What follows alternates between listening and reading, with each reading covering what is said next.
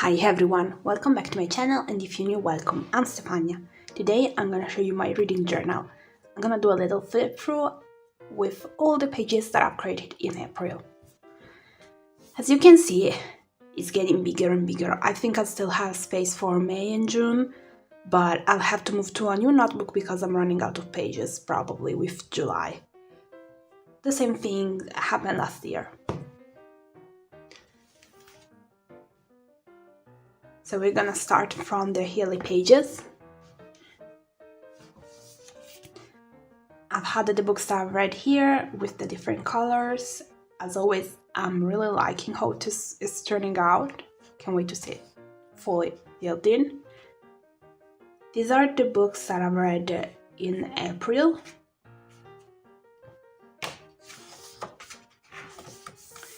Reading tracker.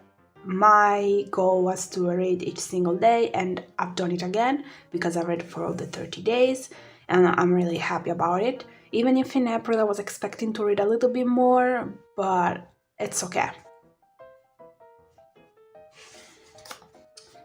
These are the 5 books that I've read in April, and I'm gonna be honest, I'm gonna talk about the books later, and I'll tell you that a few of them were quite disappointing, and if I would have to give the number of stars right now, some of these would be different.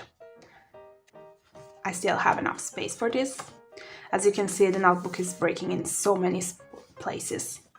April, my pick one was The Dead Romantics. I haven't printed out the cover because I ran out of ink, and so I have to wait to get the new one, but I'll put it here, and it was a 4 stars.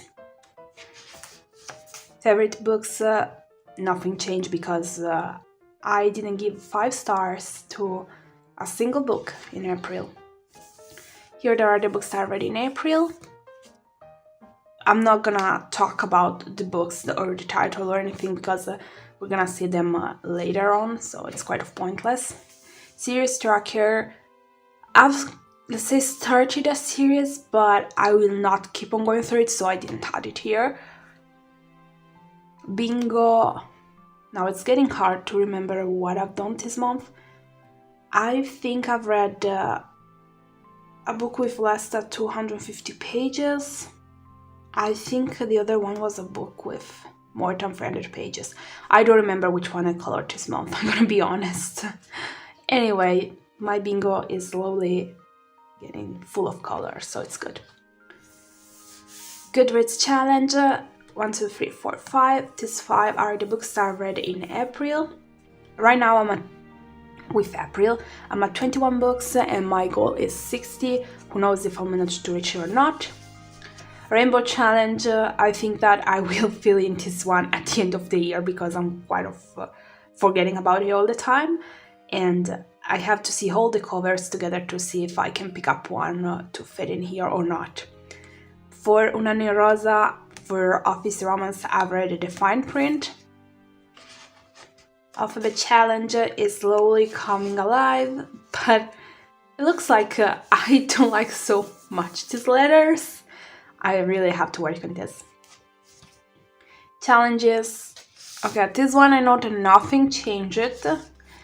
Again, I'm not following this one in the right way, so it's not like I'm reading one for each single month. I'm reading whatever I want. Like, for me, the important is not even the important for me. The rule for this challenge is to read according to the prompts in the months. So I have 12 months to do it. If I'm gonna do 6 of these prompts in a single month, it's gonna be fine. Anyway, nothing changed, so it's pointless. Disney, I've read a book with a baby or child, and a book read in one sitting, Once More Upon a Time, and a non-physical book. Genres, as you can see, I've started filling in with the new month, and this is the situation right now. Classics are still 0, same from thriller, historical 1, non-fiction are 2. I'm mainly reading fantasy and romances. That was quite of how I was expecting it to turn on, honestly. I was expecting it to be like this, but I still have a few months to just check a few here or there. Reading stats, I've read 5 books, 3 were ebooks, 2 were physical books, pages 1,424 pages, I've read for 30 days, 2 books in English and 3 in Italian, and I gave 3 stars to books. One book got 3 stars and half, and 2 books got 4 stars. So now we can move to April. As always, the Plan With Me video is online, and I've just said multiple times that my cover page has a space where I write my stats, so I'm not gonna repeat them because we just seen them. I'm just gonna say that my favorite book was The Dead Romantics. The worst one was The Bear and the Nightingale. I didn't like it at all. Here there are the books that I've read. My monthly view. I was surprised again because when I finished this book, I wasn't expecting to start a new one and finish it before the end of the month. Instead, again, I managed to do it, and I finished it exactly on the 30th. So I'm so happy. This is why I managed to reach 5 books, elsewhere I would have only had 4. Still will be perfectly fine. Reading tracker. As you can see, I've read each single day. Sadly, there aren't a lot of days with a lot of pages, let's say in this way, but it's fine. It's just that I don't always have so much time to read, and if you've been following me for a little bit, you know that I only read physical books or ebooks. I don't listen to audiobooks, so this definitely kind of forced me to have time to read. It's not like, I don't know, I'm driving the car and I can put on an audiobook, or while I'm cooking I can do that. So I never expect to reach a huge number of books in a month. Last year it did happen, a few months in which I managed to reach 8 or 9 books, but last year I had more time to read it. This year I don't have the same amount of time, so I knew that this would have been, let's say I knew that this would have been different this year. Books of April. These are the books. I've already talked about this page I think it's in the Plan With Me while I was working on May, and I'm still thinking if I want to keep on doing it or not, because I've always done it, but at the beginning it was, let's say there was a point on doing it. Now I don't even know why I'm still doing it, honestly. It's just I like doing it, but it's quite pointless. Because at the end of the day, there are informations, because at the end of the day, the things are here, I can find them, for example, in my yearly trackers, but I still do it. And now I'm gonna start with the books. As always, I will not talk too much about them because I don't want to give any spoilers, just in case you want to read them or you're currently reading them, so that I'm gonna avoid giving spoilers. And I will not also tell you what the books talk about, because elsewhere this video will be way too long. The first book was The Fine Print. I've been seeing the Dreamland series a lot on social media, and I was thinking I should read it. Then I found out it was missing the 3rd one. Last year was still had to come out, because if I'm not wrong it came out this year. And I was like, okay, I'm gonna wait for them all to be out, just in case I want to read them one after the other one. Then before I picked it up in English, they decided to come out with the Italian version. Like, the cover is wonderful. I don't have it next to me right now, but it was wonderful. So I was like, okay, I can read it in Italian. This was the biggest mistake ever, because all the spicy scenes are a pain. I'm pretty sure this problem is because of how it was translated. It was like really a pain to read them. So probably I should have read the English version. And now I'm here. I'm going to this, let's say, inside of me, I'm going through a battle, because I don't know if I want to wait for the 2nd and the 3rd one to come out in Italian, just to have them all in the same way, you know, because the cover is not exactly like the English version, which I still love, but I have this one already like this in Italian. I can't have the second and third in English, so, or I'll try to sell the Italian version, but honestly, it's a good looking one. It's just the inside that's not the best. And buy the first, second and third all in the English version, or I'll just stick to the Italian version, even if the spicy scenes will be a mess. At least I hope that the next two will come out with a different, let's say that I hope that they're gonna work better on all the spicy scenes, because they were really unreadable. Really. Other than that, I liked it, I enjoyed it. I can't wait to read the next two, but at this point, as I said, I still don't know if I'm gonna do it when it's gonna come out in Italian or not, or if I'm gonna move to the English one, who knows. I love the characters. The only thing is that I've noticed that at the end, let's say after the little trip to New York, I feel like it was a little bit rushed through the story, but I still enjoyed it anyway. The next book was The Bear and the Nightingale. It's the first one of a trilogy. I read this one, was enough. I will not read the second and the third one. I said this at the beginning, this is one of the books that for me, if I have to give a stars right now, after weeks have passed, I would definitely not give it 3 stars. It probably would be at 2 stars if I'm being nice. I didn't feel anything. I couldn't connect with any characters. Their story for me was boring. There were too many things that were like, it was, for me there was a lot of confusion. I don't know why, because a lot of people loved this one, gave it 5 stars. For me, it was really hard to keep on going through it. I found it boring and it took me forever to finish it. Like, I was expecting to be done with it pretty soon, instead it took me literally forever.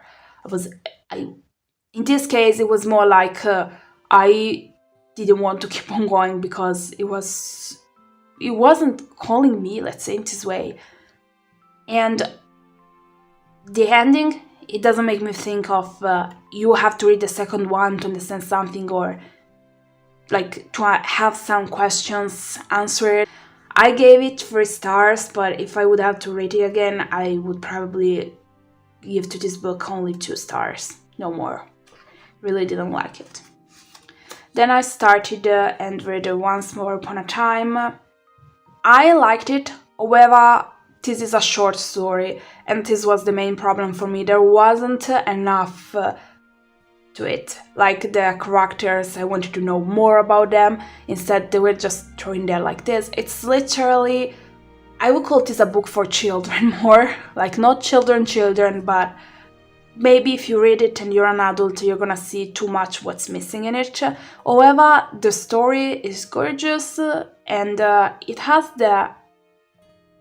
all the cards to manage and go as a 5 stars book, but the problem is that it's this short, there's not enough room for the story to go somewhere. But I still gave it 3 stars because I've enjoyed it, however I was hoping for something more. Then I read 1% of You, and here you can see my little mistake, because I don't know why, probably because I've read this one straight after this one. Instead of 1, I keep on coming with ones, don't ask me why. And here I started with ones, then I saw the mistake, so I corrected and added a little piece and wasn't here, but then there was the letter more, and so I've tried to fix it. I'm not really happy with how it looks like, but it's there, it's gonna stay there. I love this book. I came to it in a random way, and I really enjoyed it. However, the reason why I couldn't give more than 4 stars was mainly because there was a part between the main character and her ex that I would have loved to see, let's say, have more room in the book. Instead, especially at the ending, it was, I would have loved for it to have more pages about it. But other than that, I really enjoyed it. I think it was a lovely read, and I was really surprised because I wasn't expecting to like something like this, not because of itself, but I just, probably it's because I went into this book without any expectation, and so it was easy to, let's say, get out of it without being disappointed because I had no expectation. Anyway, I really liked it and I enjoyed it so much. So I gave it 4 stars. The last book of the month was The Dead Romantics. I loved this one. I gave 4 stars because I quite of knew how, let's say, something that happens around the end, I knew it would have happened already, like in the middle of the book or a bit earlier. So it was a little bit too predictable for me to give it more than 4 stars, but I was surprised because I wasn't expecting to like this one so much. I was thinking, yes, I like it, but probably not that much. Instead, I loved it. I think I would have give more stars also if the relationship between Flora and her father would have been a little bit more in the book before his dad passed away. In that case, I think I would have felt his death, and this is something that you know because it's already in the plot. You can read it, and there's written she basically has to go back to her hometown because of her dad passed away. That's why. And I think that part I quite of felt a little bit missing. Like it's clear, it's crystal clear that she's missing him and that she's in pain and all. But probably if I would have had a little bit more of their relationship while he was alive, it would have touched me even more. I absolutely loved it. I think everybody should read it because it's wonderful. I know that some people said that it wasn't that amazing, but I loved it. I loved every single page, and I wanted to hug Flora and be like, okay, don't worry, everything is gonna be fine, and believe a little bit more in yourself. You can do it. You are something. You're not a failure. But I couldn't do it, obvious. I loved this one. So this is what I've read in April. As always, I've tried to talk about the books without saying too much because I don't want to give any spoilers at all. Let me know if you've read these books or if you're planning on reading them. Maybe they are on your TBR and you're gonna read them soon.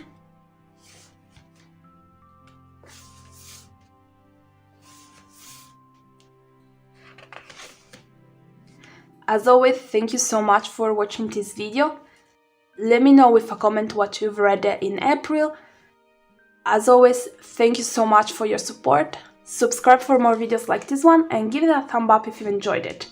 See you next time. Bye!